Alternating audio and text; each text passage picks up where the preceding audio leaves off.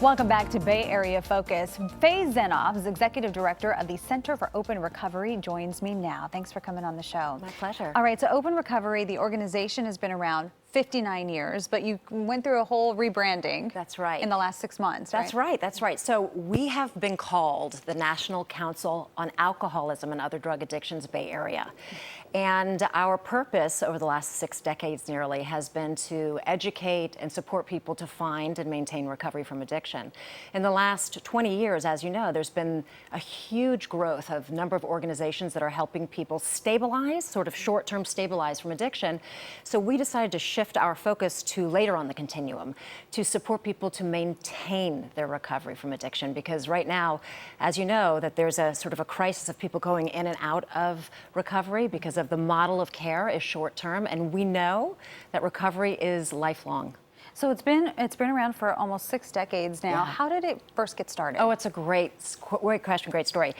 So Marty Mann, who is the woman who inspired our founding, she was actually the very first woman to get sober in a fellowship, an anonymous 12-step fellowship. And she said, this is great. One alcoholic helping another, peer-based program. Sure. But it does nothing to educate the general public and to destigmatize this disease. And she was actually one of the first people to realize that this is a disease, this is not a crime, this is not a moral failing. And so she's the one who founded this organization in New York, and we are an independent affiliate of that organization. Even though we changed our name, we are.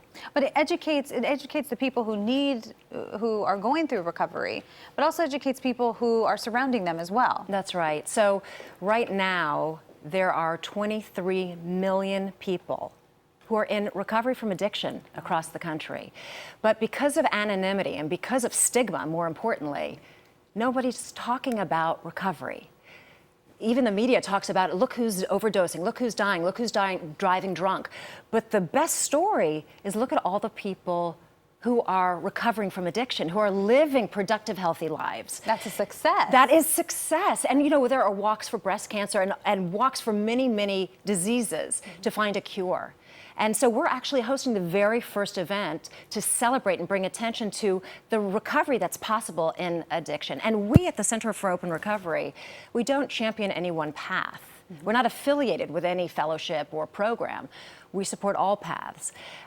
So we are here to go into schools and work with kids, which we do. We work with families, which we do. We work with people who are dealing with consequences, because often people get a DUI or get pulled over or have some kind of negative consequence before they realize that they might have a substance abuse problem. So we work with them as well.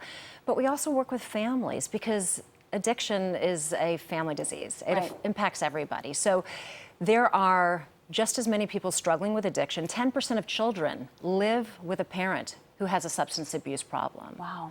So we want to take it out of the shadows and let people know there is a solution. There are many paths. We need more support, more programs to help people stay in recovery, not just find it, but stay. You were talking about the stigma. How do we get rid of that stigma? Oh, that's so great. So one of the things we believe is that the more education we can provide, the more that people come to understand that this is not a moral failing. And how do we do this? I mean, we take our cues from people living with HIV. Once upon a time, AIDS was just a death sentence, and today it's not. Or being homosexual. Once upon a time, you were arrested.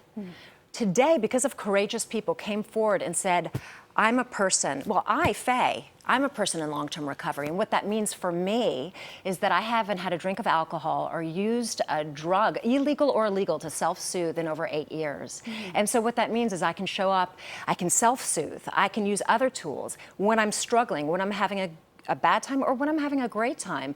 I don't need to be inebriated because I'm one of the people that doesn't have an off switch. Congratulations on your 8 years, Thank you. by the way. Yeah. So to answer your question about stigma, the more people that come forward to say this is what recovery looks like, the more we can educate the general public. Because right now there's such a stereotype that an addict is a homeless person on the street. In fact, more people are addicted to opiates and to medication than all the street drugs combined. And when you're So- talking about 10% of children live in a home where that's a problem, how do you reach out to those children? That's great. Yeah, good question. So one of the things we do is also we want to help the parents know that they can come forward and get help.